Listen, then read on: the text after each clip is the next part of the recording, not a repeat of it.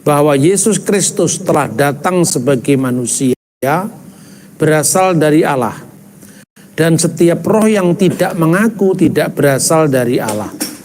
Roh itu adalah roh antikristus, dan tentang dia telah kamu dengar bahwa ia akan datang dan sekarang ini sudah ada dalam dunia. Nah, saudara-saudara, kita sangat populer mendengar istilah antikristus, antichrist.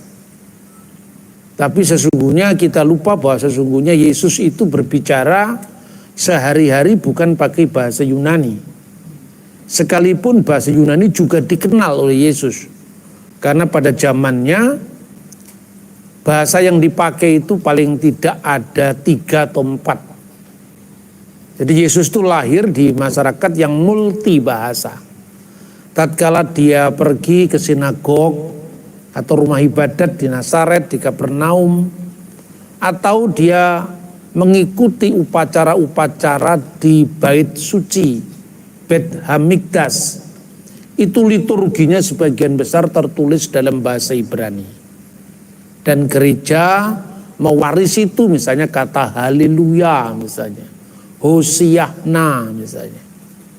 Tapi bahasa percakapan sehari-hari sejak bangsa Israel pulang dari pembuangan Babel tahun 539 sebelum Masehi, itu bahasa Aramaik. Bukan hanya bahasanya, sistem kalendernya juga pakai pengaruh dari masa pembuangan, misalnya Nisan sebagai bulan pertama. Makanya kemudian orang Israel sampai sekarang punya 2 tahun baru. Yang pertama tahun baru sipil, dan yang kedua tahun baru liturgis. Tahun baru sipil itu diawali sekitar musim semi, yaitu bulan Maret atau April. Bahasa Ibraninya bulan Nisan.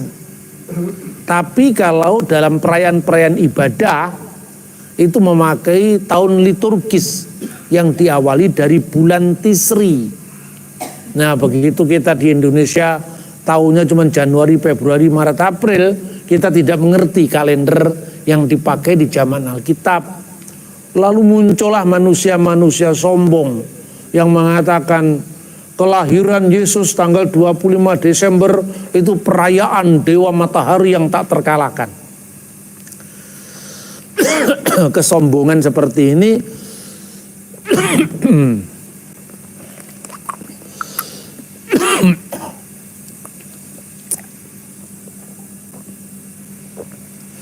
membuktikan karena mainnya kurang jauh, saudara-saudara. Tadi saya baru makan gorengan itu, makanya lupa itu, kekilafan ya.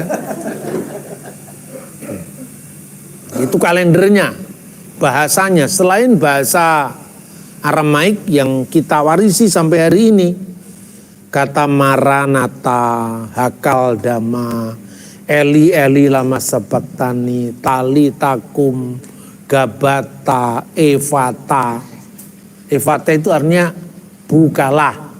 Bahasa Arabnya iftah. Dan antara bahasa Arab, Ibrani sama Aramaik itu satu rumpun, seperti serumpunnya bahasa Malaysia dan Indonesia. Ya saudara-saudara, bahasa Aram ini bahasa percakapan sehari-hari. Makanya pada abad pertama Petrus itu orangnya satu tapi namanya 3 bahasa.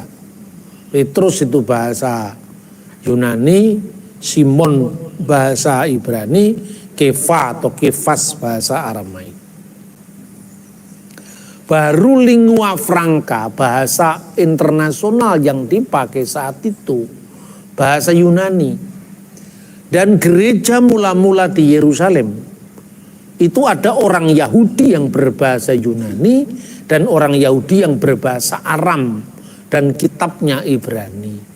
Maka disebutkan dalam Kisah Rasul pasal 16, di situ di jemaat gereja mula-mula di Yerusalem itu orang-orang Yahudi yang berbahasa Yunani dan orang Ibrani. Nah, ini pula yang perlu saya tekankan berulang-ulang. Sampai ada yang mengatakan, Yesus kan bukan orang Yunani, kenapa Injilnya ditulis pakai bahasa Yunani? Salah paham dan berpaham salah lagi. Akibatnya karena apa? Mainnya kurang jauh tadi.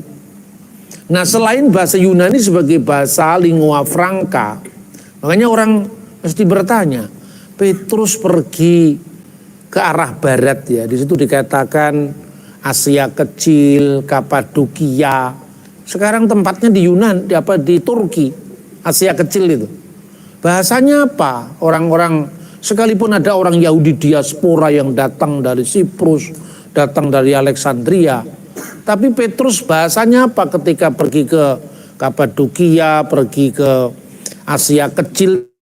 Kan dalam 1 Petrus suratnya pasal 1 bahasanya tidak mungkin Ibrani dong. Bahasanya bahasa Yunani. Tapi berdasarkan temuan-temuan arkeologi, sensus di zaman Kaisar Agustus itu bahasanya Latin. Jangan menyamakan Injil, jangan menyamakan iman Kristen yang Yesusnya berkarya di Galilea, wilayah bangsa-bangsa, dengan segala kompleksitas bahasanya, sama dengan agama lain yang mewarisi satu bahasa. Islam hanya bahasa Arab, Hindu hanya bahasa Sanskrit, Konghucu hanya dengan bahasa Tionghoa, ya toh? Karena kekristenan itu memang multi etnik, multilingual, banyak bahasanya. Makanya itu tercermin dalam nyanyian-nyanyian gereja. Ketika kita nyanyi misalnya Haleluya, itu bahasa Ibrani, Maranatha bahasa Aram, Kyrie eleison, Tuhan datanglah, Kyrie eleison itu bahasa Latin, Gloria in excelsis Deo itu bahasa Latin ya. Kemudian Kyrie eleison itu bahasa Yunani, itu multilingualnya di zaman Kristus. Nah, saudara-saudara, makanya ketika Yesus bicara tentang anti-Kristus, itu sesungguhnya ucapan Yesus sendiri, seperti dibaca pada Matius pasal 24 ayat 24, bahwa pada akhir zaman itu banyak nabi-nabi palsu dan Kristus-Kristus palsu, Mesias-Mesias palsu. Bahasa apa yang kita temui di Perjanjian Baru? Bahasa Yunani, pseudo Kriston, Kristus palsu. Pseudo itu yang jadi bahasa Inggris ya, artinya palsu. Pseudo bahasa Yunani artinya palsu. Tapi Yesus sendiri berbicara dalam bahasa Aram sehari-hari, makanya bisa dilacak. Puji Tuhan, gereja itu mewarisi semua kekayaan liturgi itu. Kalau Anda pergi ke gereja Yunani Ortodoks, setiap ibadah minggu tetap doxa patri ketuyu ketuagiu pnefmati, kemuliaan bagi Bapa dan Putra dan Roh Kudus. Kalau Anda pergi ke gereja Aramaik yang berbahasanya Tuhan Yesus, sampai sekarang masih ada. Gereja Katolik Maronit di Lebanon, gereja Ortodoks Syria di Syria. Lah itu kalau Anda bayangkan kalau semuanya jadi GBI, hilang sejarahnya. Kalau semua jadi GPIB, sejarahnya terhapus. Karena kalau orang HKBP pakai bahasa Batak lebih dari bahasa Aram. Orang Jawa lebih Jawa ketimbang memakai bahasanya Yesus. Maka iman Kristen harus berakar pada konteks aslinya. Dan teks aslinya kitab suci, tapi terus melakukan inkulturasi atau kontekstualisasi. Kalau kita kehilangan keaslian kita tidak punya sejarah. Ngawurnya nanti kebablasan. Tapi kalau kita punya akar sejarah yang kuat, akar bahasa yang kuat, tapi asli-aslian tanpa diterjemahkan, kita akan kehilangan pesan Injil yang sebenarnya. Makanya sudah benar ketika kita mau lihat bahasanya Yesus, tinggal aja ikut gereja Maronit misalnya di Lebanon. Disitulah Yesus mengatakan bahwa yang diterjemahkan sebagai antikristus itu bahasanya Yesus, bahasa Aramaik, Mesiha Dagala. Mesiha itu bentuk Aramaik dari Hamasiah, Sang Kristus, dia yang diurapi. Tapi bahasa sehari-hari bahasa sehari-hari Yesus itu adalah Mesiha. Dagala itu artinya ada dua. Palsu, peniru, sekaligus pelawan. Itulah yang kemudian dalam Alkitab bahasa Arab diterjemahkan Al-Masihud Dajjal. Yaitu Dajjal itu artinya pembohong, pemalsu, tapi juga peniru. Nah, kalau di dalam Matius dan Markus, kata Mesihah Dagala di dalam bahasa Yunani diterjemahkan oleh para penulis Injil dengan pseudo Kristus. Tetapi dalam surat yang kita baca 1 Yohanes pasal 4 ayat 2 dan 3 tadi diterjemahkan dengan anti Kristus. Aslinya dalam bahasa Aramaik Mesihah Dagala. Itu teksnya ayat 3 itu berbunyi Wekul ruhadila mautia di Yesua eta bebasar.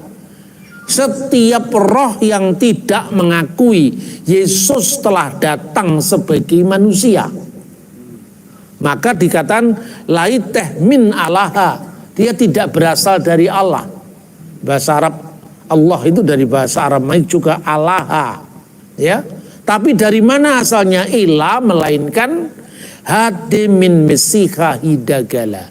Itu asalnya dari roh-roh Al-Masih Dajjal, roh Mesihah Dagala, roh antikristus. Makanya dalam ayat yang paralel disebutkan di dalam 1 Yohanes pasal 2 ayat 22. Manu Dagala. Siapakah Dajjal itu? Ila in eina de kafar de Yesua lahua Masihah. Hanahu Mesihah Dagala. Siapakah roh pembohong? Siapakah pendusta? Siapakah Dajjal itu kalau bukan mereka yang kafir terhadap Yesus sebagai Kristus? Nah, kata kafir dalam bahasa Arab itu punya paralel dengan bahasa Aramaik kapara. Makanya kalau Anda membaca serat babat bahasa Jawa, ya, ramalan Joyoboyo Musarar, itu orang Jawa juga ketakutan dengan kedatangan Dajjal pada akhir zaman yang bisa mengalahkan hanya Nabi Isa. Itu pandangan orang Jawa itu yang namanya ramalan Joyoboyo. Lah ramalannya ya tidak usah terlalu ditekankan, tapi yang penting etimologinya itu asalnya dari mana. Maka dalam ramalan Joyoboyo itu pada dahinya Dajjal tertulis kata kafir. Kenapa asalnya dari sini kata itu? Siapakah roh antikristus? Siapakah pembohong? Siapakah Dajjal itu? Kalau bukan dia yang kafir, de kafar de Yesua, yang kafir terhadap Yesus sebagai Kristus. Jadi siapakah Dajjal? Mereka yang mengkafiri Yesus telah datang sebagai manusia. Paham ya saudara-saudara? Dan cirinya apa? Cirinya itu mereka menolak Yesus telah datang sebagai manusia. Lah untuk itu kita mesti membuka sejarah, teks dan konteks asli sudah saya jelaskan. Ya kan?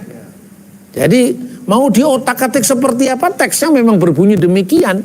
Konteksnya tadi saya bilang, kenapa Yesus berbicara bahasa Aram Mesihah Dagala. Lalu konteks pada abad itu karena orang Kristen memiliki dua anggota jemaah di Yerusalem. Jemaah yang berbahasa Yunani asalnya itu orang-orang Yahudi diaspora dari Alexandria. Misalnya bapaknya Markus datang ke Yerusalem, punya rumah besar di tengah-tengah kota. Rumah itulah yang dibuat perjamuan malam terakhir Yesus. Itu bapaknya Markus, rumahnya Maria, ibu Yohanes yang disebut Markus. Saudara bisa bayangkan, di abad pertama bangsa Israel terjajah, kok punya rumah besar di tengah kota? Kalau bukan Yahudi pendatang tidak mungkin, itu namanya Yahudi diaspora. Makanya di rumah Markus lah perjamuan akhir Yesus Kristus itu dilakukan. Ketika orang modern tidak paham sejarah, akar sejarah ini, bikin teori yang aneh-aneh. Markus kan bukan saksi mata. Markus kan tidak termasuk 12 rasul. Markus kan bukan muridnya Yesus langsung. Padahal kalau kita lihat konteksnya, rumahnya aja dibuat perjamuan malam terakhir Yesus, kok tidak kenal Yesus bagaimana. Tapi Markus tidak termasuk 12 rasul. Markus termasuk 70 murid Yesus. Itu saudara-saudara, itu faktanya. Makanya clear yang namanya teks dan konteks asli. Yang kedua, sejarah. Nah, sejarah itu bisa sejarah sekuler, bisa sejarah iman.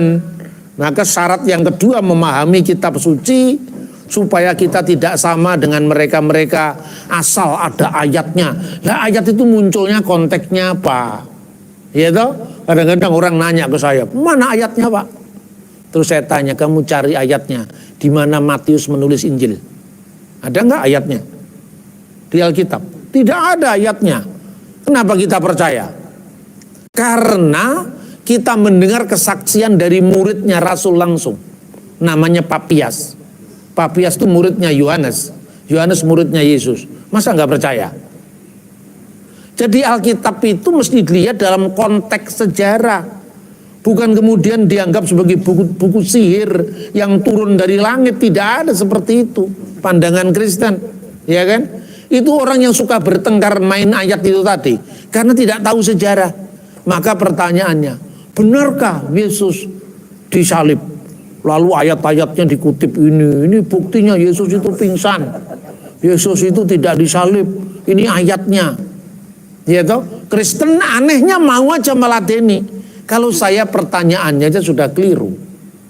Pertanyaannya mestinya bukan benarkah Yesus disalib. Mestinya pertanyaannya benarkah Yesus tidak disalib. Karena tidak disalib itu kesimpulan baru. Faktanya Yesus disalib. Dan yang lebih membuat orang marah-marah terhadap saya, kamu tutup Alkitab, Yesus pasti disalib. Nah, itu soal sejarah.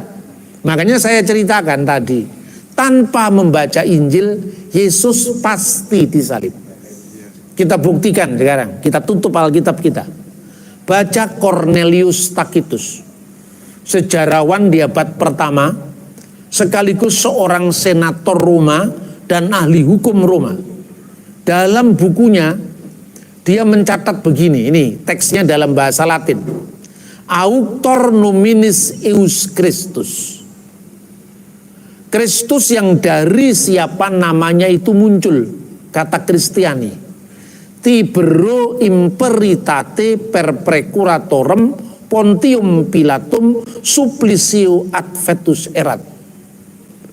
Kristus yang dari namanya itu muncul, kata Kristiani, disalibkan pada masa pemerintahan Kaisar Tiberius di bawah prokurator kita Pontius Pilatus.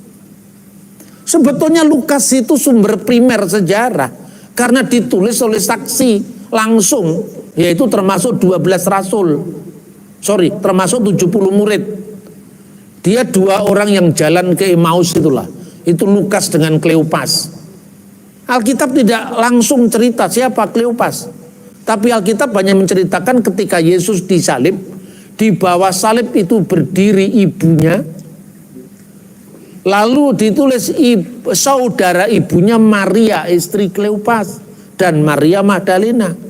Kita bisa membaca buku sejarah gereja dalam hal ini. Misalnya Hagesippus yang menulis kira-kira tahun 130 Masehi. Kleopas itu adiknya Yusuf suami Maria. Istrinya juga bernama Maria. Dan dia menjadi pemimpin gereja ketiga di Yerusalem.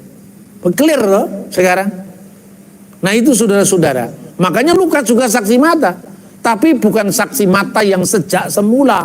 Karena apa? Dia pernah mundur dari pelayanan. Lalu kembali ke pelayanan berkat dia melihat Tuhan memanggil Rasul Paulus, lalu menjadi teman seperjalanan Paulus. Kalau saudara-saudara belajar teologi dari sekolah-sekolah modern itu nggak ketemu yang begini. Lalu gampang orang-orang di luar memprovokasi. Markus kan bukan saksi mata, Lukas kan bukan saksi mata, tinggal dua, yaitu Matius.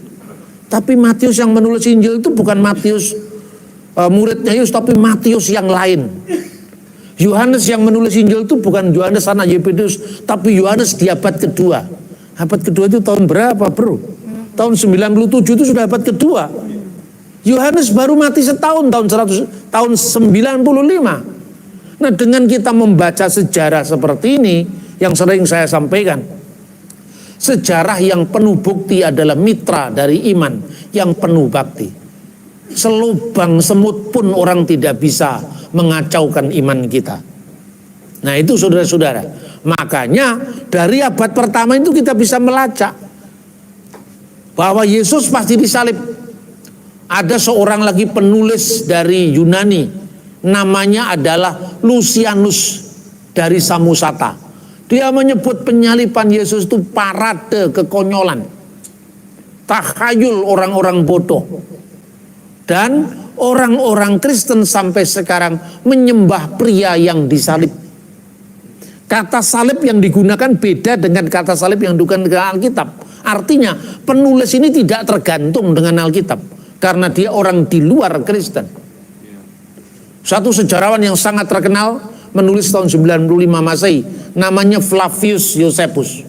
Dia mengatakan bahwa atas desakan para pemimpin agama kami, Yesus telah disalibkan sampai mati pada masa pemerintahan Pontius Pilatus. Namun orang-orang yang mengikuti dia tidak pernah mundur untuk menjadi muridnya. Mereka tetap mengasihi dia. Itulah sebabnya kelompok yang disebut Kristen sampai hari ini masih ada. Kenapa masih ada padahal gurunya sudah disalib sampai mati? Mereka melaporkan pada hari ketiga setelah semua peristiwa itu, dia bangkit kembali dan menampakkan diri kepada para muridnya. Itu catatan Josephus. Nah, kita kadang-kadang, itu kan sisipan bapak-bapak gereja. Katakanlah, ada, bukan sisipan sebetulnya, catatan-catatan penjelas, katakanlah seperti itu. Itu dibuang, fakta dasarnya itu tetap disalib. Yang diragukan kan kata-kata mereka melaporkan pada hari ketiga telah bangkit. Katakanlah itu bukan bagian dari tulisan Josephus, tapi ungkapan atas desakan para pemimpin agama kami, dia telah disalibkan sampai mati pada pemerintahan Pontius Pilatus. Itu masih ada sampai hari ini. Dan itu menjadi bukti kenapa Josephus dalam laporan, Josephus itu orang Yahudi, tidak percaya Yesus. Dia mengatakan orang-orang yang disebut Kristen sampai hari ini masih ada karena pengalaman akan kebangkitan itu. Meskipun Yesus sudah disalib. Talmudnya orang Yahudi itu ditulis belakangan, namun ditulis berdasarkan tradisi lisan orang Yahudi. Sekalipun itu masih dikaburkan, misalnya dengan sumber dari abad pertama sebelum Masehi. Tapi di situ dikatakan Yesua telah digantung menjelang Paskah, Ereb ha-Pesach. Itu tercatat dalam traktat Sanhedrin. So dengan demikian bisa disimpulkan, tutupan Injilmu Yesus tetap disalib. Ngapain berdebat ayat? Itu yang namanya sejarah. Tapi kalau kita hanya baca buku sejarah, gereja tidak berdiri. Iya toh? Karena sejarah itu kan hanya catatan-catatan peristiwa. Pemaknaan terhadap sejarah, itulah yang kita sebut sejarah iman. Lah sejarah iman itu makna bagi kita apa? Misalnya Yesus Kristus disalib, itu fakta sejarah umum, semua mengakui. Tapi untuk apa Yesus disalib? Itulah catatan iman kita. Dia disalib untuk menebus dosa-dosa umat manusia yang percaya kepadanya. Barulah kita baca Alkitab. Jadi Alkitab itu catatan tentang sejarah iman. Lah setelah masa Alkitab ada tulisan dari para saksi mata, termasuk bapak-bapak gereja. Itulah yang disebut patrologi. Jadi patrologi itu bagian dari sejarah iman. Tanpa patrologi kita tidak tahu siapa yang nulis Injil. Karena Alkitab tidak menceritakan. Injil kedua ditulis Markus, penerjemah Petrus gak disebutkan. Kita kenal itu dari apa? Dari catatan Papias, fragmen yang disebut dengan Kanon Muratori tahun 170, baru muncul semua catatan sejarah, baik itu maknanya bagi kita secara iman, baik faktanya bahwa Yesus memang benar-benar disalib. Kalau saya pimpin grup ke Israel, saya punya jalan salib sendiri. Saya minta izin ya agar ungkapan itu saya perbarui secara kontekstual. Biasanya diambil dari jalan salibnya Katolik, Roma, Fransiskan. Dan nanti orang Protestan protes ke saya. Kenapa ini Katolik wis ngaliyo ngono lho. Kamu kalau pemikiranmu primitif kayak ngono menang ora kira menang, kamu akan menghadapi kelompok-kelompok di luar kita. Karena itu sejarah itu siapapun yang mengatakan, jangankan kok Katolik saudara seiman kita. Yosefus yang Yahudi tidak percaya Yesus saja punya makna. Itu namanya sejarah. Mental sektarian. Itu sebetulnya cara iblis mengganggu gereja. Makanya pulang hari ini jangan nganggap lagi gereja Katolik itu umat agama lain. Kenapa Katolik di Indonesia di agama lain? Karena dulu kekristenan dibawa Portugis Katoliknya, Protestannya dibawa Belanda. Belanda sama Portugis rebutan rempah-rempah. Maka dicatat sendiri ada dua agama. Padahal kalau Anda pergi ke Timur Tengah yang tidak pernah konflik. Kalau di Barat memang pernah konflik toh, Katolik dan Protestan.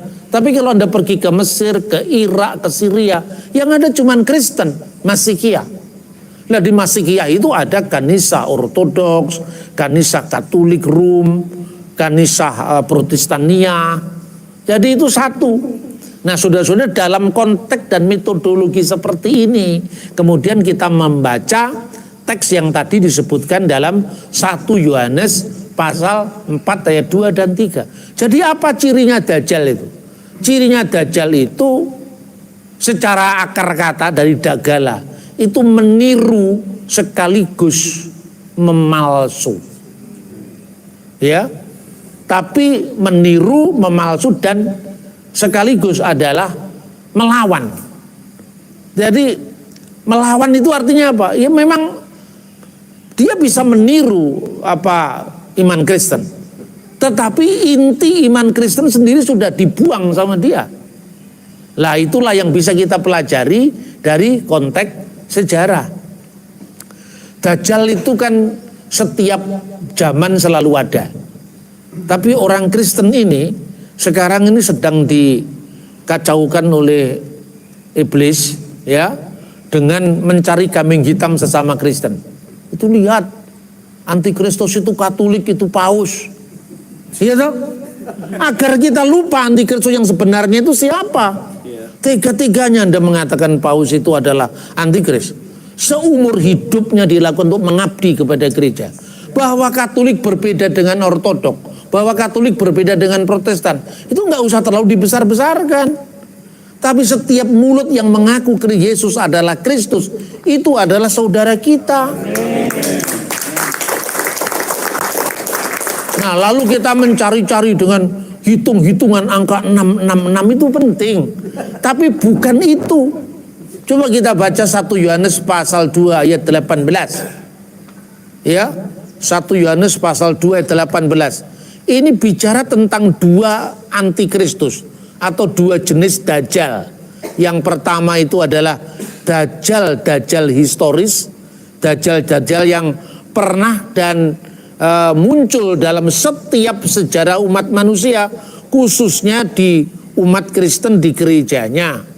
Yang kedua, Kristus yang antikristus yang akan datang pada akhir zaman. Anak-anakku, waktu ini adalah waktu yang terakhir. Ini artinya zaman terakhir. Kamu telah dengar seorang antikristus akan datang. Seorang loh. Akan datang berarti belum datang. Pada zamannya Rasul Yohanes menulis ini. Inilah yang disebut antikristus akhir zaman, antikristus eskatologis. Tapi perhatikan yang kedua. Sekarang, apa arti sekarang? Sekarang ketika Yohanes menulis ini di Efesus, kira-kira tahun 90-an Masehi, telah bangkit banyak antikristus. Itulah tandanya bahwa waktu ini benar-benar adalah waktu yang terakhir. Nah, antikristus yang kedua itu asalnya dari orang yang menyamar jadi Kristen. Dia mengambil riwayat-riwayat Kristen. Nah, di gereja mula-mula, saudara-saudara, ada dua kelompok yang harus dihadapi gereja. Yang pertama, kelompok apa? Kelompok Yahudi legalistik yang memaksakan hari Sabat, yang memaksakan sunat. Dan itu dicatat di dalam Kisah Rasul pasal 15. Kalau kamu tidak menyunatkan dirimu, maka kalau orang-orang bukan Yahudi tidak bersunat dan tidak melakukan hukum Musa, dia tidak diselamatkan. Makanya kemudian para rasul bersidang di Yerusalem. Itulah yang dikenal dengan konsili Yerusalem pertama di Kisah Rasul pasal 15. Sekalipun Petrus saksi mata, sekalipun Yohanes saksi mata, sekalipun Yakobus itu adalah saudara Kristus, yaitu putranya Maria, bapaknya namanya Kleopas tadi, tapi dia tidak bisa mengatasnamakan dirinya sendiri atas putusan Roh Kudus dan putusan kami. Itulah yang menjadi dasar penyelenggaraan konsili di gereja mula-mula. Tahun ini kita akan memperingati 1700 tahun konsili Nikea. Kalau kita hanya baca sejarah tanpa mengerti sejarah iman, Yesus baru diangkat jadi Tuhan tahun 325. Salah lagi. Karena apa? Sejarahnya tidak runut kita pelajari. Nah, jadi yang pertama itu adalah kelompok Yahudi legalis. Karena orang Kristen pertama di Yerusalem itu anggotanya orang-orang Yahudi. Lalu sekarang malah Paulus yang disalahpahami. Kekristenan ciptaan Paulus, katanya gitu. Buktinya apa? Paulus melarang bersunat, padahal kita harus disunat. Bener gak? Lalu dikutip di kitab Galatia. Terus saya tunjukkan satunya. Kisah Rasul pasal 16, 1 sampai dengan 3. Kamu baca ini. Paulus mau agar Timotius disunatkan. Nah ini Paulus menyunatkan Timotius. Kita harus membaca konteksnya. Galatia itu menghadapi kelompok Yahudi legalis yang memaksakan Taurat kepada orang Kristen. Dan Titus itu bukan orang Yahudi. Sejak kapan orang bukan Yahudi harus disunat? Makanya Paulus mengatakan, kalau kamu menyunatkan dirimu Kristus tidak ada gunanya bagi kamu. Karena apa? Titus memang bukan orang Yahudi. Tidak ada ketentuan bagi orang bukan Yahudi untuk sunat dari dulu sampai sekarang. Tapi karena orang tuanya Timotius, mamanya orang Yahudi, dia disunatkan. Mana yang dilanggar Paulus? Memang sejak dulu aturannya begitu. Ada lagi orang yang memaksakan itu karena tidak tahu konteks sejarahnya. Paulus ketika dia datang ke Yerusalem, dia disuruh membayar nazirnya seorang yang di bait suci. Dilakukan semua. Karena saudara-saudara di Yerusalem mendengar gunjingan tentang engkau, bahwa engkau tidak setia pada Taurat. Paulus banyak sponsori orang-orang yang mau melakukan ritual di bait suci. Itu bukti sejarah. Makanya sejarah itu mesti bersambung, tidak boleh terputus. Nah itu saudara-saudara. Jadi tantangan pertama orang Yahudi legalis yang memaksakan budaya Yahudi kepada orang bukan Yahudi. Sejak dulu sampai hari ini orang Yahudi tidak pernah memaksakan hukumnya kepada orang bukan Yahudi. Makanya pada hari Sabat sekarang ini di Israel, itu makanan-makanan di hotel Yahudi tetap panas. Kalau dulu kan dingin kalau hari Sabat. Karena tidak ada yang berani menyalakan kompor atau menyalakan pemanas microwave. Karena apa? Itu bekerja pada hari Sabat. Tapi orang Yahudi tidak memaksakan Sabat untuk mereka. Bagi orang bukan Yahudi boleh bekerja pada hari Sabat karena hukum Sabat hanya berlaku bagi orang Yahudi. Lalu dia membayari orang Kristen yang tidak terikat Sabat, orang Muslim yang tidak terikat Sabat. Ayo kamu bekerja di restoran saya, memanasi masakan-masakan itu. Namanya sabat goi. Orang-orang goyim, orang-orang non-Yahudi yang bekerja pada hari Sabat. Sejak dulu ketentuannya seperti itu. Maka para rasul kumpul di Yerusalem.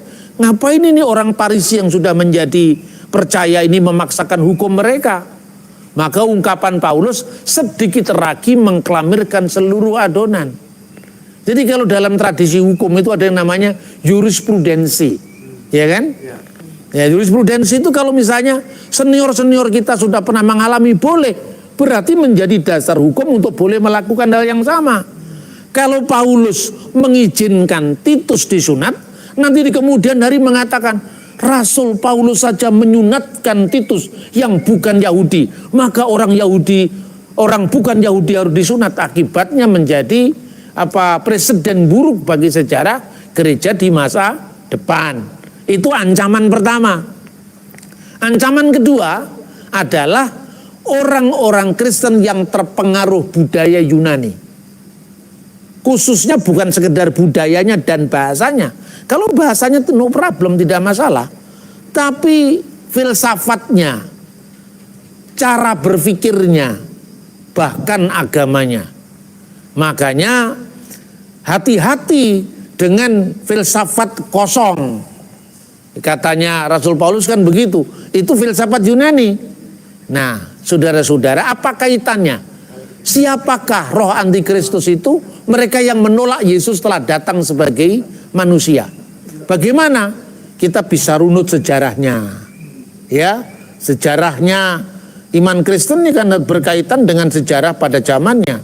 Sebelum zaman Kristen kira-kira abad 4 sebelum Masehi. Abad kelima lebih tepat sebelum Masehi. Itu muncul dua filsafat, aliran filsafat yang saling bertentangan. Satu namanya filsafat Heraklitus, dengan ajarannya sangat terkenal, Pantarei, segala sesuatu itu mengalir, segala sesuatu itu berubah, satu-satunya yang tidak berubah adalah perubahan itu sendiri. Nah, itu Heraklitus. Tapi ada lawannya Heraklitus, namanya Parmenides. Parmenides mengatakan, sebenarnya tua muda itu tidak ada.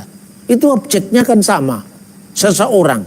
Tua muda itu hanya urusan waktu, hanya urusan angka. Jadi ketika Anda berada dalam satu titik di sini, pada masa tertentu, dan Anda titik di sini pada masa yang lain 30 tahun yang lalu, bedanya ini angka. Misalnya 10 ketika dia masih anak-anak, ini angka 30 ketika orang Yahudi boleh muncul di depan umum. Kira-kira usia Yesus 30 tahun. Tidak usah dicari di India, Yesus belajar yoga, salah lagi, ya kan? Karena ini budayanya kita tidak paham, gitu loh. Kenapa Yesus baru tampil di depan umum? Umur 30, karena baca kitab Taurat itu. Orang-orang Yahudi yang berumur 30 sampai 50 tahun, dia bekerja di kemah suci.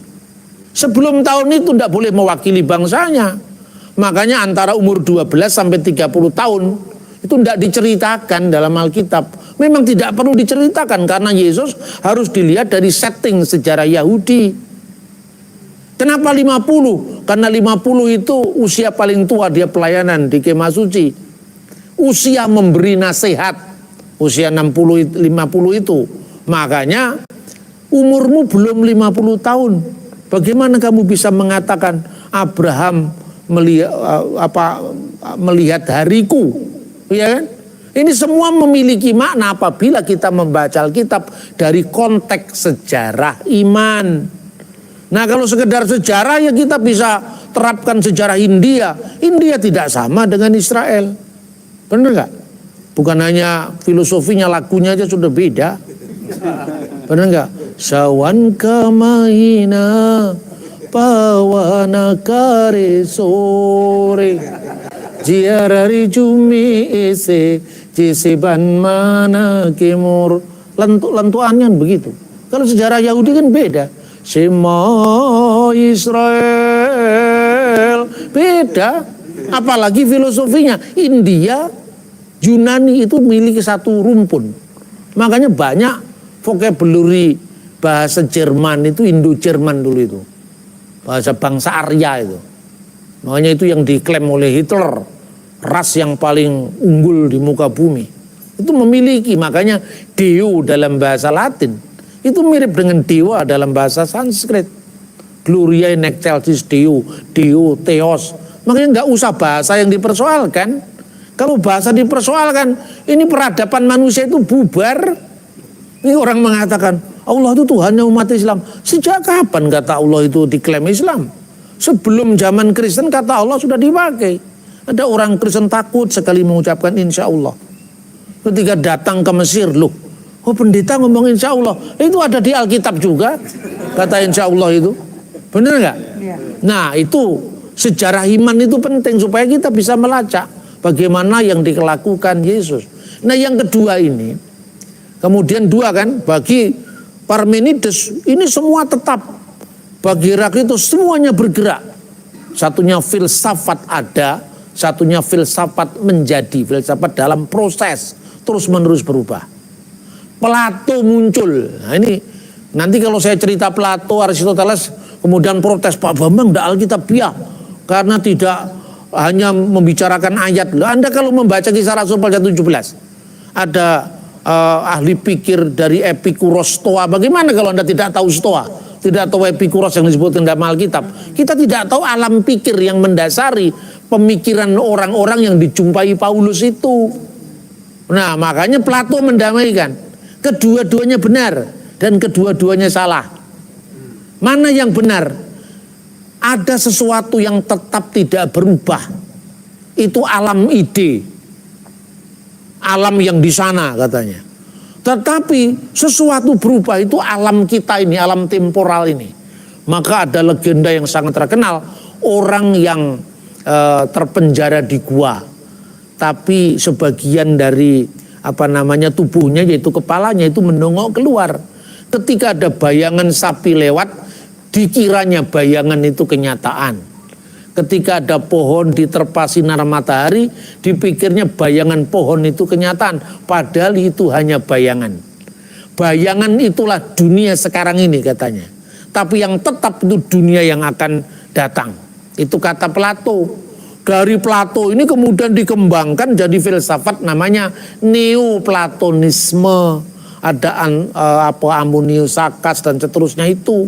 Philo itu sejarawan Yahudi sekaligus filosof Yahudi yang tinggal di Alexandria. Lalu apa dampaknya ini pada umat Kristen mula-mula? Ini meracuni kehidupan gereja. Lalu mereka bikin teori. Yesus itu tidak benar-benar jadi manusia. Kenapa?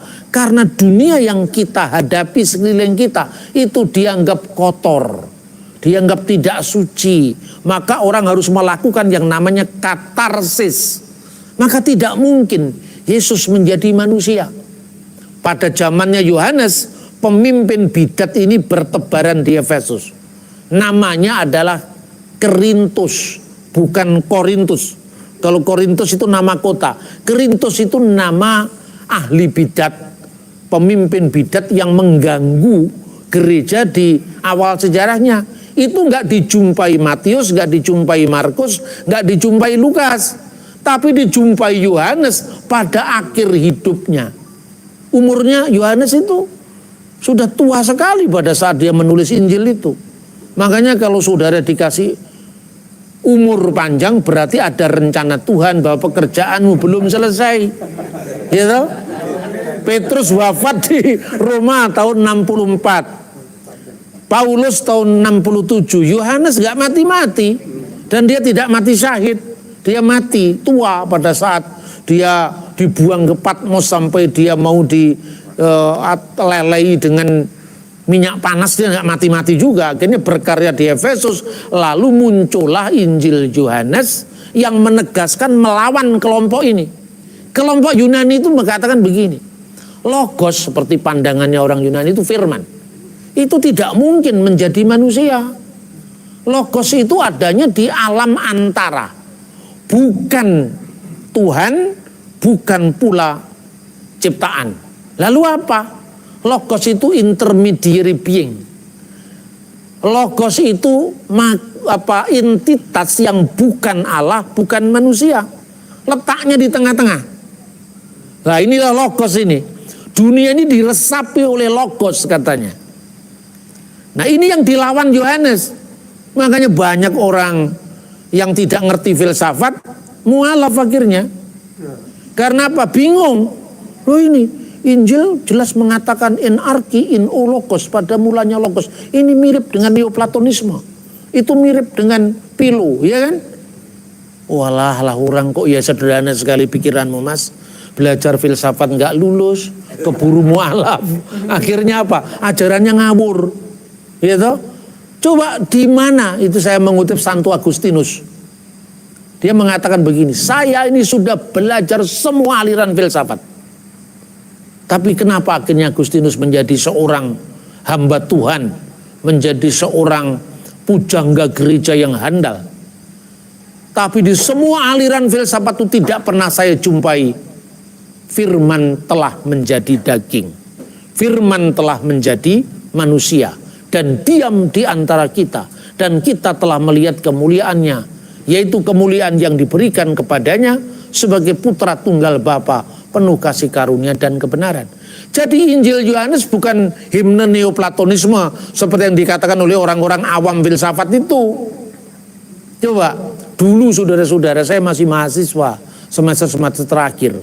Ada buku filsafat yang ditulis oleh orang yang tidak ngerti filsafat. Buku itu dihadiahkan oleh seorang perempuan, seorang gadis. Karena zaman dulu itu kalau mahasiswa sampai bisa nulis, tulisannya dimuat di koran itu penggemarnya banyak. Lalu saya di satu pihak dihormati oleh orang yang memberi hadiah buku, tapi di pihak lain bukunya kok jelek sekali. Akhirnya bukunya saya buang. Yang memberi tersinggung, makanya kemudian tidak jadi istri saya untuk selama-lamanya. Ini guyonan nih. Artinya apa? Orang yang tidak paham pikiran-pikiran kita, buku begini kok dihadiahkan kepada saya buang. Jadi saya itu ekstrim dulu saudara-saudara. Ini buku gak bermutu begini tak buang. Tersinggung dia. Ya wes tersinggung. Berarti kamu tidak pernah membaca apa yang saya baca. Itu loh saudara-saudara. Makanya anak-anak muda selalu saya katakan, kalau ketemu jodoh itu jangan ketemu di mall. Ini ketemu di toko buku, ketemu di perpustakaan, supaya nanti lahirlah anak-anak yang terpelajar ke depannya. Apalagi kalau sejarah iman, saudara-saudara. Nah itu tadi intermezzo aja saya bilang. Lalu apa yang kekhasan Injil Yohanes? Firman itu sepenuhnya Allah. Pada mulanya adalah firman, dan firman itu bersama-sama dengan Allah, dan firman itu adalah Allah. Mana ada filsafat Yunani yang mengatakan firman itu adalah Allah? Theos in o logos, dan logos itu adalah theos. Tidak ada dalam sejarah filsafat Yunani. Apalagi yang kedua, o logos sax egeneto, dan firman itu telah menjadi daging. Saks itu daging. Bahasa Aramnya bebasar. Basar telah menjadi daging. Jadi Yesus itu sepenuhnya Allah, bukan kemanusiaannya sama dengan Allah. Kemanusiaannya lebih rendah dari Sang Bapa. Makanya Bapa lebih besar daripada aku. Tetapi di dalam keilahiannya sebagai firman, ya firman itu Allah. Tidak mungkin pikiranmu itu lebih rendah dari kamu. Tidak mungkin rohmu itu lebih rendah dari kamu. Roh dan pikiran kita sehakikat dengan kita. Tapi jangan lihat kemanusiaannya saja. Kemanusiaannya sehakikat dengan kita. Hanya dia tidak pernah berbuat dosa. Firman benar-benar jadi manusia. Lah tapi yang terpengaruh dengan filsafat Helenisme tadi menyebar di Efesus, menyebar di Asia Kecil. Dan itu yang paling dirasakan oleh Yohanes pada masa tuanya. Lalu murid-muridnya, ini catatan dari Irenaeus. Irenaeus itu muridnya Polikarpus, Polikarpus muridnya Yohanes. Guru, mumpung engkau masih hidup, tuliskanlah apa yang kau alami bersama Kristus. Itu pada masa tuanya. Karena sudah ada Injil Matius yang berbicara dari sudut pandang keyahudian. Makanya banyak sekali ayat-ayatnya dikutip dari Perjanjian Lama. Karena pembacanya Yahudi. Lalu sudah ada Injil Markus, pembacanya orang-orang bukan Yahudi, khususnya dari Roma. Makanya jarang dibaca ayat-ayat Alkitab, karena kalaupun banyak dikutip ayat Alkitab Perjanjian, pembacanya tidak akrab dengan itu. Yang dilakukan Markus itu simple, jelas, mujizat-mujizat Yesus ditekankan. Itu cara berpikir militer, ya, simple, praktis, pragmatis, Romawi. Lukas itu menulis kepada orang Yunani. Perhatikan caranya dia menulis.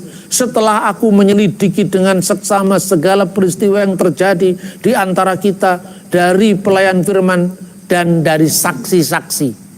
Itu menunjukkan bahwa dia menulis dengan seksama secara metodologis, karena dia menulis untuk orang-orang Yunani yang sudah terbiasa membaca Plato, membaca Aristoteles, membaca Pitagoras. Maka itu yang hendak dijawab oleh Lukas. Tinggal satu, 3 ini disebut Injil sinoptik. Kenapa sinoptik?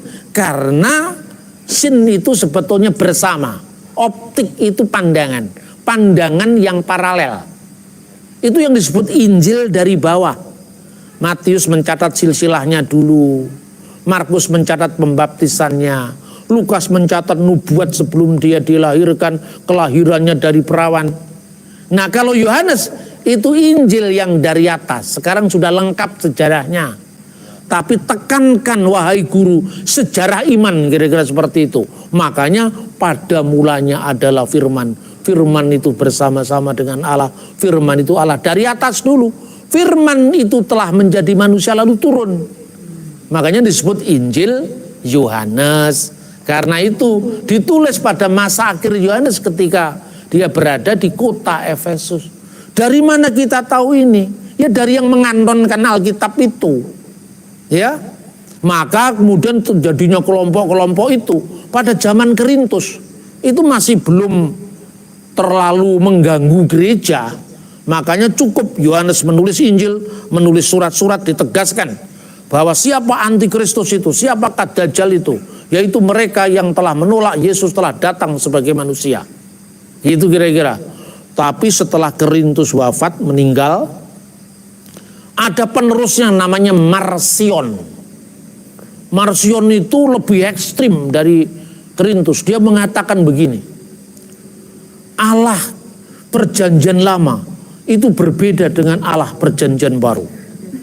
Allah Perjanjian Lama itu Allah pendendam, Allah yang suka menghukum meskipun kesalahannya sedikit. Musa itu hanya karena dia mengatakan marah dengan memukulkan tongkat di atas batu lalu keluar air, dihukum nggak boleh masuk ke tanah perjanjian. Ini Allah yang sadis. Tapi Allah Perjanjian Baru itu Allah yang penuh kasih. Itulah yang dikenal dalam Yesus Kristus. Kelihatannya rohani, kelihatannya saleh, tapi salah ini. Gitu? Lalu dia bikin kesimpulan, Allah Perjanjian Lama tidak pernah menciptakan alam semesta, tidak pernah menciptakan dunia. Karena apa? Untuk apa dunia diciptakan? Dunia ini kotor, dunia ini penuh dosa, tidak perlu ada dunia ini. Maka yang menciptakan dunia ini Allah rendahan, Allah yang lebih rendah daripada Allah Perjanjian Lama, yaitu Allah Perjanjian Baru. Nah, Allah Perjanjian Baru itu menciptakan, Perjanjian Lama itu menciptakan dunia, tapi Allah Perjanjian Baru yang lebih tinggi daripada Allah Perjanjian Lama. Ini cari cara, gimana caranya mengalahkan Allah yang jahat ini, ilah yang jahat ini. Lalu dia mengutus salah satu dari pancarannya yang disebut Logos untuk nyamar jadi manusia. Itulah ajarannya. Itu juga ada dalam ajaran Korintus, tapi belum se ekstrim Markion. Lalu menyamar tadi, kelihatannya manusia tapi bukan manusia. Nah itu kira-kira. Makanya kalau dia bukan manusia, bagaimana mungkin dia pernah lahir?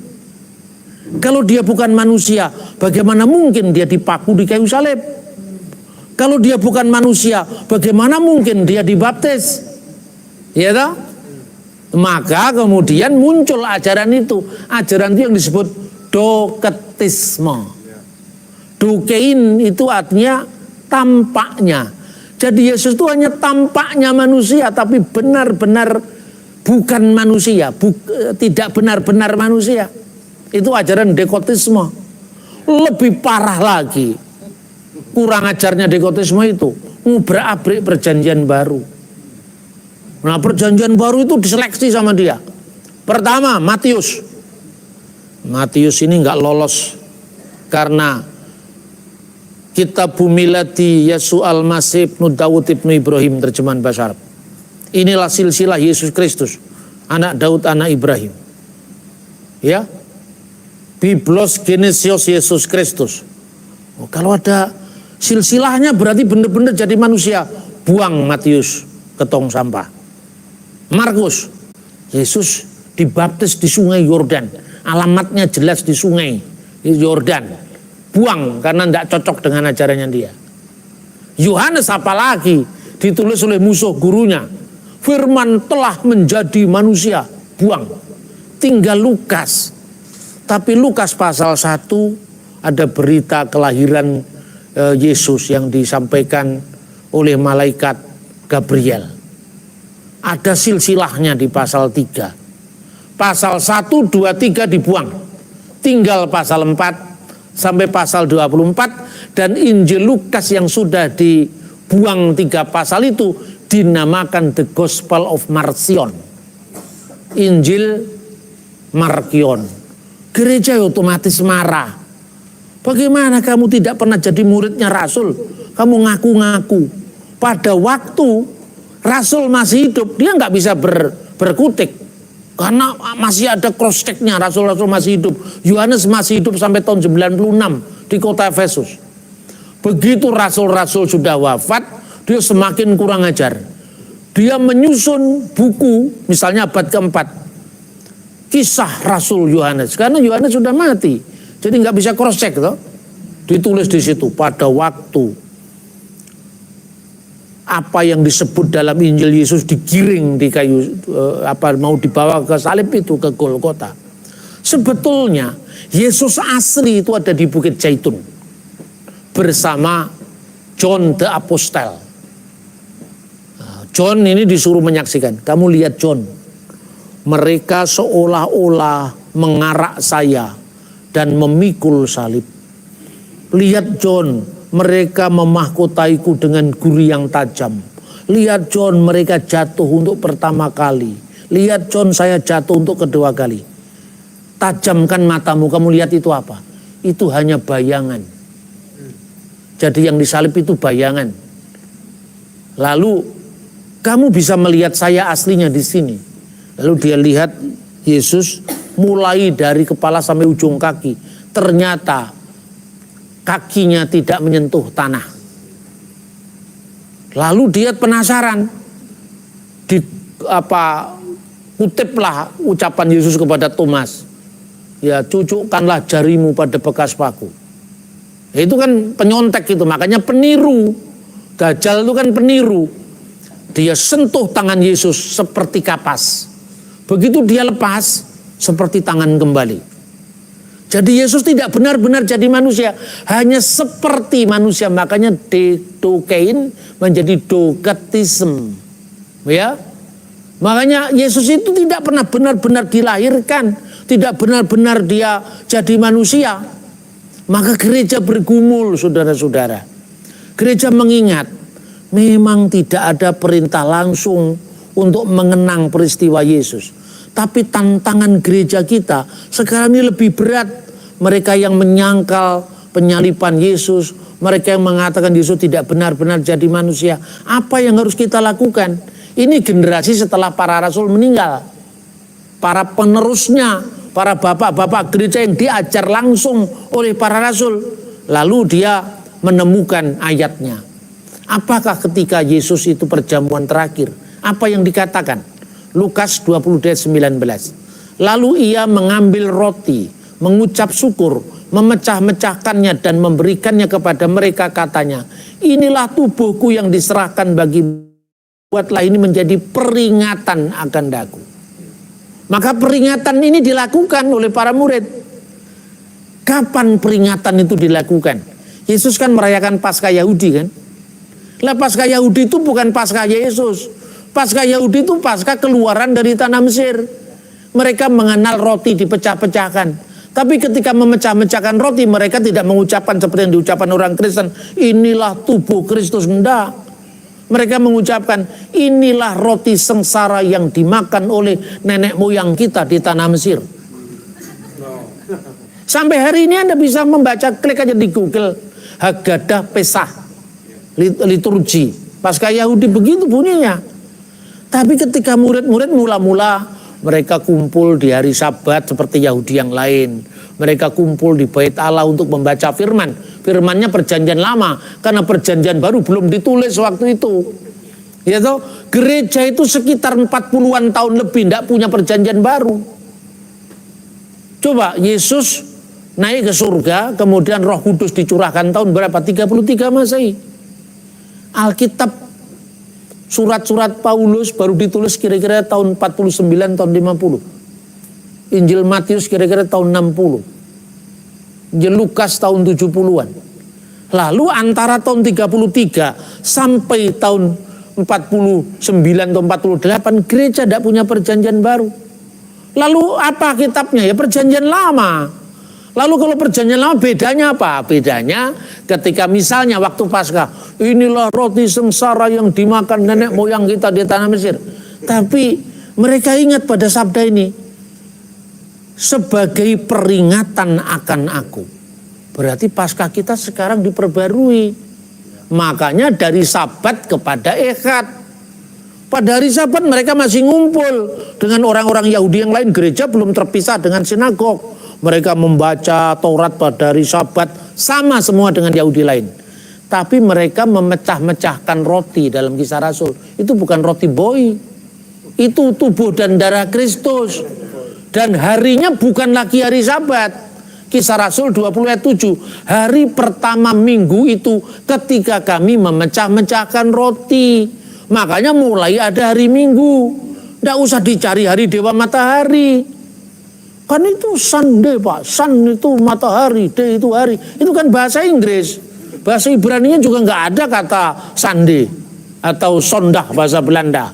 Yang ada hari pertama. Tidak ada hari matahari. Makanya akibat kita membaca Alkitab dari terjemahan, tidak tahu teks dan konteks asli, kita jadi ngacau semua. Terus kemudian kelompok-kelompok dajjal-dajjal modern itu sudah nunggu-nunggu kapan waktu orang Kristen lengah. Ketika bertengkar dengan temannya mereka masuk. Akibatnya apa? Injil tidak pernah go public keluar, hanya bulet aja di sekitar teman-temannya sendiri. Dia nggak di gereja apa? Gereja GBI, gereja yang tepuk tangan itu ya. Kita bukan saudara kita itu. Itu gereja apa? Gereja Ortodok yang pakai tanda salib itu ya. Itu bukan saudara kita itu.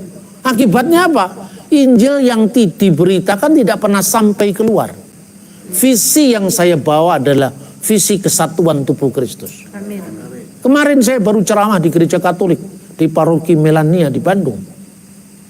Saya bukan anggota gereja Katolik. Saya gereja Ortodoks. Tapi Bu Safa anggota gereja Katolik. Satu keluarga bisa suaminya Ortodoks, istrinya Katolik. Anak saya satu Katolik, satu Ortodoks. Memang sengaja saya bikin begitu supaya orang bingung. Saya mencontohkan keberagaman gereja itu dari keluarga saya. Sebetulnya lebih praktis kalau saya jadi Ortodoks saja. Istri saya semua ikut Ortodok, begitu juga sebaliknya, lebih praktis. Tapi orang beriman itu lebih banyak karena egoisme. Saya merasa nyaman di sini. Ya kamu yang nyaman, tapi saudaramu yang tidak pernah mendengar Injil tidak pernah nyaman. Jadi selama engkau beriman secara egois hanya menuruti, saya nyaman di sini tidak perlu keluar, Anda belum memikul salib Yesus. Memang jalan yang saya tempuh ini jalan yang tidak populer, tapi tidak apa-apa. Nah saudara-saudara ya, itu kemudian mulailah kita lihat 2 Timotius pasal 2:8. Rupanya ketika Paulus berkarya, itu benih-benih kelompok gnostik itu sudah mulai muncul, tapi belum terlalu kuat. Itulah sebabnya kemudian Disebutkan di sana dalam 1 Timotius pasal 2 ayat 8 ya. Begini bunyinya. Ingatlah ini, Yesus Kristus yang telah bangkit dari antara orang mati dan yang telah dilahirkan sebagai keturunan Daud, itulah yang kuberitakan kepadamu. Jadi ada Injil kebangkitan, ada Injil kelahiran. Nah, zamannya Paulus belum dicari tanggalnya. Baru setelah zamannya gereja menghadapi kelompok-kelompok yang menyangkal Yesus tidak benar-benar lahir jadi manusia. Gereja mulai membuktikan bagaimana menghitung kelahiran Yesus dari perayaan-perayaan gerejawi untuk membuktikan kepada kaum Gnostik, kaum Dokotisme bahwa Yesus benar-benar lahir, makanya tanggalnya dicatat.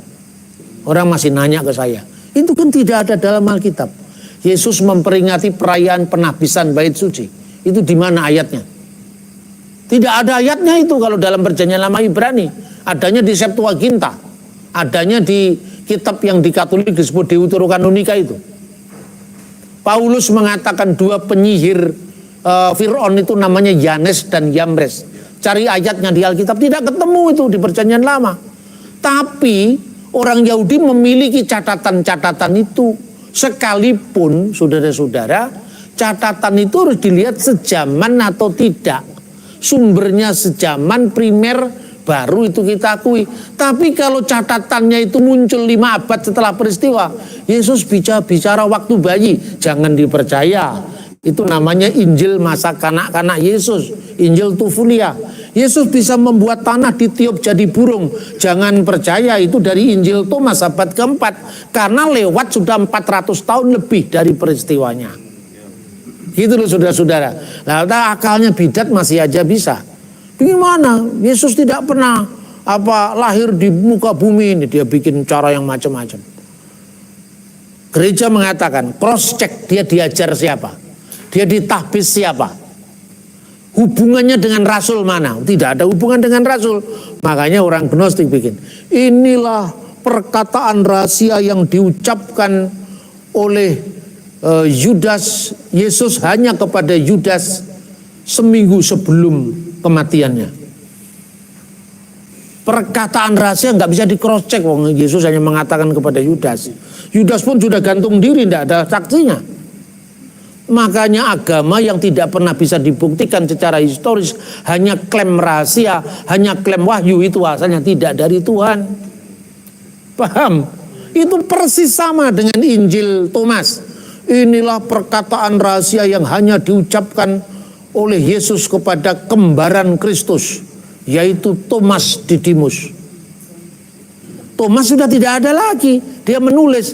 Makanya yang disebut Injil Thomas, Injil Filipus, Injil Maria Magdalena itu bukan Injil benar-benar dari Maria Magdalena. Itu asalnya abad ketiga, abad keempat. Apalagi The Gospel of Gumbale Mukio yang dikenal Injil Barnabas itu abad 16. Bayangkan saudara kalau kita membaca sejarah, clear terakhir. Injil tentang kelahiran Yesus ditekankan. Yang lahir dari perawan Maria. Dilanjutkan oleh Ignatius dari Antioquia yang wafat tahun 107. Yesus itu benar-benar lahir dari Maria. Ek Marias, ke ekteos. Tapi sebagai firman dia lahir dari Allah. Itu yang kemudian oleh gereja nanti dirumuskan menjadi Kristus sepenuhnya Allah, sepenuhnya manusia. Itu bukan sejak konsili Kalsedon. Muridnya Rasul sudah mencatat itu. Paulus sudah mencatat itu. Ya, kemudian yang terakhir baru Injil tentang penyalipan. Tidak ada kebangkitan kalau tidak ada penyalipan. Makanya tadi kita sudah bicara sejarah umum, sekarang sejarah iman. Pada awal abad ketiga, akhir abad kedua, di Alexandria ada orang yang bernama Basilides. Basilides itu mengajarkan, karena para pendahulu kita sudah mengajarkan Yesus tidak benar-benar jadi manusia, maka mungkinkah bayangan disalib? Mungkinkah orang yang tidak real disalib? Tidak mungkin. Karena mulai ada teori, sesungguhnya yang disalibkan itu adalah Simon orang Kirene yang membantu memikul salib dan kemudian diserupakan wajahnya. Lalu orang yang diserupakan wajahnya itu disalibkan mengganti Yesus Kristus. Dan catatan tentang kelompok yang disebut Basilides itu dicatat oleh Irenaeus.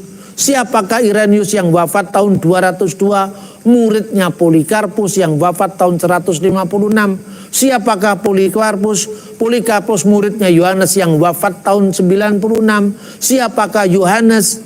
Ini bukan Yohanes Kristanto. Yohanes anak Yepedeus muridnya Yesus yang disalibkan tahun 33 Masehi. Sejarahnya bisa kronologis. Makanya sejak saat itu muncul teori penyerupaan orang lain di kayu salib.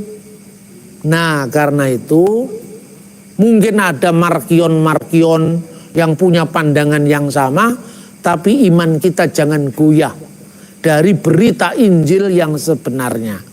Bahwa Yesus benar-benar lahir dari perawan Maria, disalibkan pada pemerintahan Pontius Pilatus, bangkit kembali pada hari ketiga, naik ke surga dan akan datang kembali untuk menghakimi orang yang hidup dan orang mati.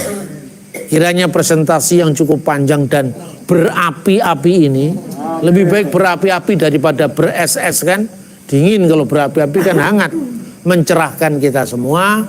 Amin. Shalom alaikum bismillah.